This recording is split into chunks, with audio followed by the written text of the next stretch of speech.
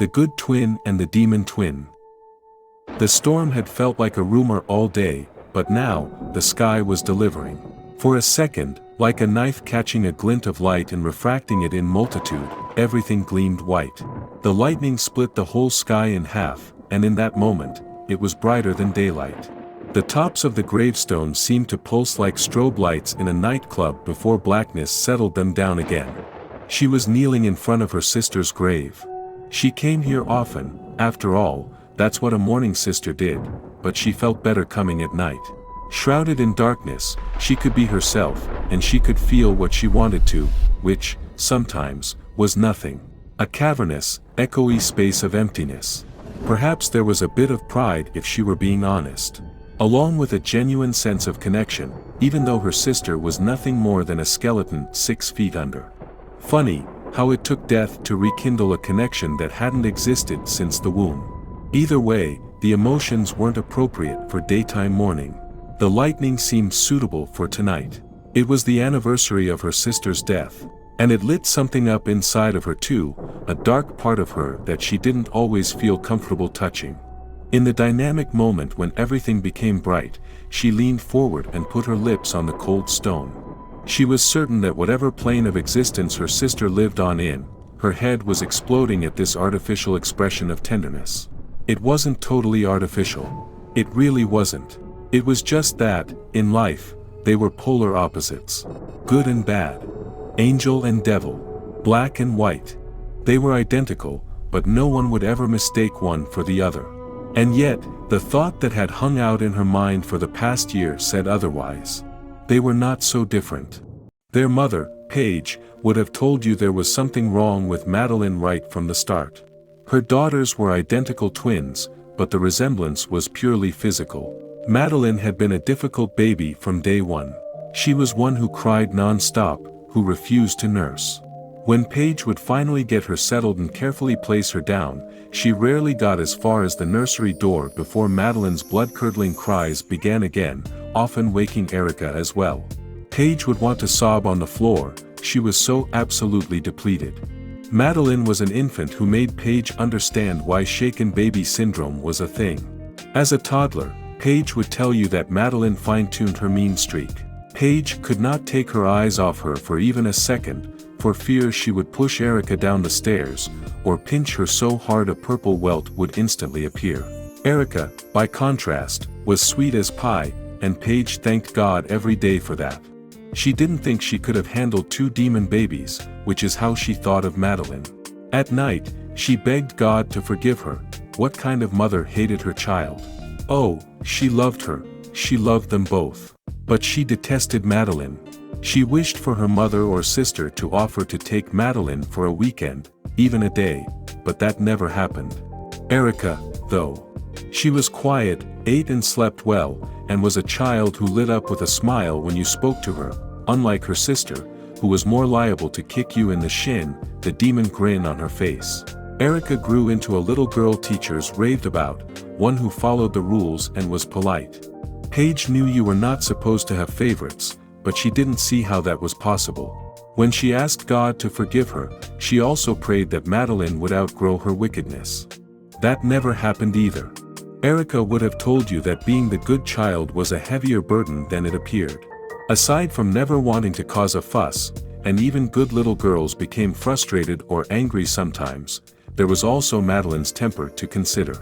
Erica learned at a young age to watch her back. Madeline had a fondness for pushing her down the stairs or sticking her foot out to trip her. Erica spent a lifetime sleeping with one eye open. Years of watching her back, of being ready to defend herself against her sister's attacks was exhausting. Sometimes, she wanted to be the one who screamed out a tirade, who wiped the contents of a table off as she ran by in an indignant rage. But she didn't think her mother could have handled that. There was a weariness in Paige's eyes so solid you knew it bled right down into her soul. As they grew up, Madeline's attacks against her twin became more devious in nature. Bored, it seemed, of physical assault, Madeline would do things that seemed more benign.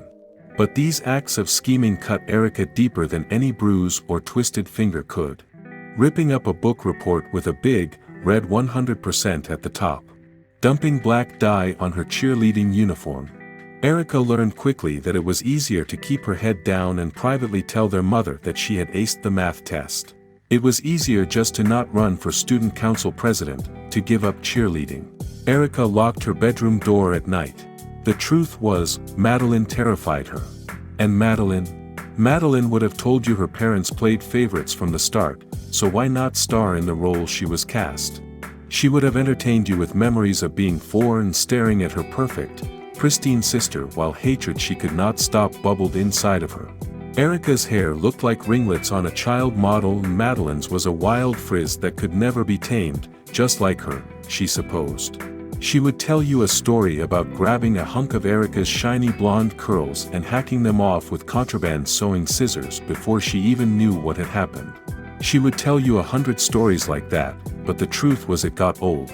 Erica never reacted to physical attacks, just hid her quiet, pathetic face in her hands. Madeline had to become more creative. She would tell you about how she slept with Erica's high school boyfriend and made a video of it. That was fun. How she posted it online and watched it go viral in a matter of hours. How she had kept her face out of the video, so no one knew it was her. Everyone assumed it was Erica, but Erica knew. Erica knew, because she was a virgin. Madeline knew this secret of hers because she had read Erica's pathetic little diary, the one with a pink patent leather cover and a lock, that looked like it belonged to a 12-year-old. Madeline would tell you the best part was that Erica's boyfriend had no clue he was hooking up with the wrong twin. His eyeballs practically bulged out of his head, he was so excited when Madeline locked Erica's bedroom door and promptly took off her shirt. Madeline had chuckled after he left and she watched the video, excited to see how this would play out. As she expected, Erica's good girl reputation took a hit and she broke up with her boyfriend. Good. Served her right. Madeline would tell you about how her hatred for Erica ran so deep she was unsure of who she was without it. Their father, Andy, wouldn't tell you anything because he had split years ago. It was no secret that his reasons for departure were hinged on the behavior of his maniacal, manipulative, psychotic daughter. Both girls had heard him scream this phrase at their mother, who was refusing to get Madeline help. Scream it as if instead of Madeline her name was maniacal, manipulative, psychopathic daughter. They were only 5 years old at the time. Paige felt that Madeline was much too young to be subjected to testing, therapy, or medication. Andy felt the complete opposite, and so their marriage, which had once been a true love affair, although neither girl knew that, dissolved. Lightning spliced through the night again, and she traced the lettering on her sister's grave. She was glad she was dead. Oh, she would never say that, even though people probably expected her to. Even though her mother side-eyed her through silent dinners, the gaze of a woman mourning tinted with fear.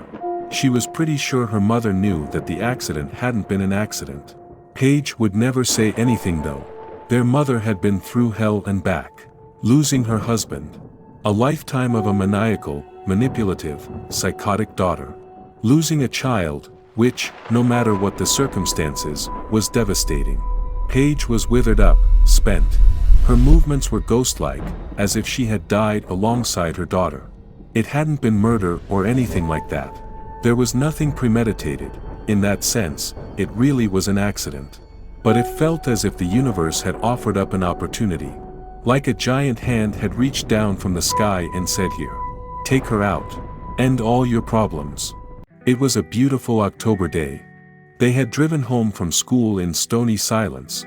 The fallout of Erica's boyfriend's betrayal was still a fresh wound. She had parked the car and was gathering her things and then realized she needed to move it to the street. Their mother wasn't home yet, and she would need access to the garage. She threw it into reverse and immediately felt a dull thud, a heavy tap. Instinctively, she slammed on the brakes. And then, she let them up. She let the car roll backwards, feeling the satisfying rocking as it ran right over her sister and accomplished what she'd dreamt of so many times. It was shocking, both what had happened and the sense of peace that she felt about it. Of course, the aftermath wasn't pretty, particularly the immediate aftermath. She had always felt that she had a strong stomach, but seeing the remains of her twin's face, identical to hers, in smithereens on the driveway was enough to make her vomit before she even dialed 911. Paige's primal scream when she showed up moments later, ambulances already surrounding the house.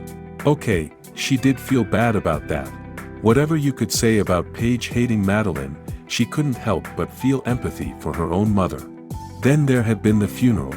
The abysmally low number of people in attendance, it wasn't hard to figure out why. What would they say? Sorry for your loss. The awkward and uncomfortable appearance of her father, who patted her shoulder like she was a horse in a stable, a horse he was a little bit wary of. He barely spoke to her, only stared at the casket. She swore she saw tears dripping. Before he left all those years ago, their father had made it no secret that Erica was his favorite. Paige, at that time, was still trying to perpetuate the notion that she loved her daughters equally, but Andy had little patience for that. Erica was the one he played with, the one he took along for Sunday errands, the one whose ears he pulled quarters from in an embarrassing dad joke way. Still, it was bizarre to see him standing over the casket, crying. It wasn't even open. She had half expected him to stick around. Maybe with her sister out of the way, the three of them could form a nice, normal family. She was nearly 18, but she still fantasized about the life she could have had if it hadn't been so streaked with all the hatred. A mom and a dad who loved each other and adored her, and that was it. No sister. She could picture her whole future, Christmas dinners with the three of them together. Her wedding day, with both parents walking her down the aisle together. A happy life. But that was not to be. Andy split faster than he had the first time. He hadn't even come to the interment at the cemetery. Rain was beginning to fall now, and she thought it was time to go home. She really didn't want to, because the biggest secret that she kept was that she'd felt closer to her sister in the year that had passed since she'd run her over than she had all her life. She felt a sense of aliveness, connection whenever she visited the grave. Sometimes, she was almost a bit regretful. Maybe that connection meant that some way, somehow, they could have overcome their differences. Maybe her sister had just been playing the role she was cast in, after all. Or maybe it meant they were not so different after all. As the rain began to fall harder, Erica traced her fingers through Madeline's name. It was a ritual she did each time she said goodbye. She traced the name, she whispered it into the darkness, and she leaned over and kissed the chilled, wet stone once more before standing up. It was funny. If it had been the other way around, if Madeline had crushed Erica with her car, everyone would have assumed it was on purpose. But Erica? No one would ever suspect that she'd had a moment to think, a moment when she could have stopped the trajectory of what was about to happen. And if they did suspect that moment existed, they would never guess that Erica would have taken her foot off the brake purposefully, intently. Not Erica, who volunteered at the homeless shelter and dutifully rinsed her toothpaste down the sink and never had a bad word to say about anyone, even her maniacal, manipulative, psychotic sister. No one would ever know. And there was a sense of peace now. At least she didn't have to watch her back all the time, always wondering what Madeline was up to. The space gave Erica time to think about things. The amount of energy that had been spent managing, deflecting, and watching out for Madeline's hatred was mind-boggling. Without her there was a lot of space. Maybe that was why she liked the way she felt when she visited the cemetery. It was familiar. Erica leaned over and kissed the gravestone one last time. She felt that jolt of electricity coursing through her, that piece of evil that seemed to come from Madeline. She had always understood Madeline's hatred because she felt the same way. She had just never done anything about it. At least until the day of the accident. No, they were not so different, were they? As Erica turned to leave, another bolt of lightning bent the sky white and purple. Just at that moment, she swore she saw a hand reach out of the ground, grab her ankle and yank her. When the darkness enveloped her again, she saw she had only tripped over her own 2 feet. There was nothing there. No hand sticking out of the ground, no ruptured earth. Still, Erica was shaken. She scurried out of the cemetery, her heart pounding in a way it hadn't in a whole year. The entire time, she continued to look over her shoulder, expecting to see Madeline.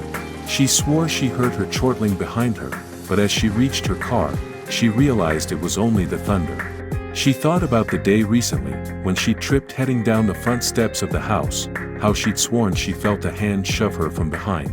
There was no one there though, and she had chalked it up to needing her morning coffee more than she realized. Now though, Erica wondered, wouldn't that be just like the maniacal, manipulative, psychotic Madeline to be able to cause trouble from beyond the grave?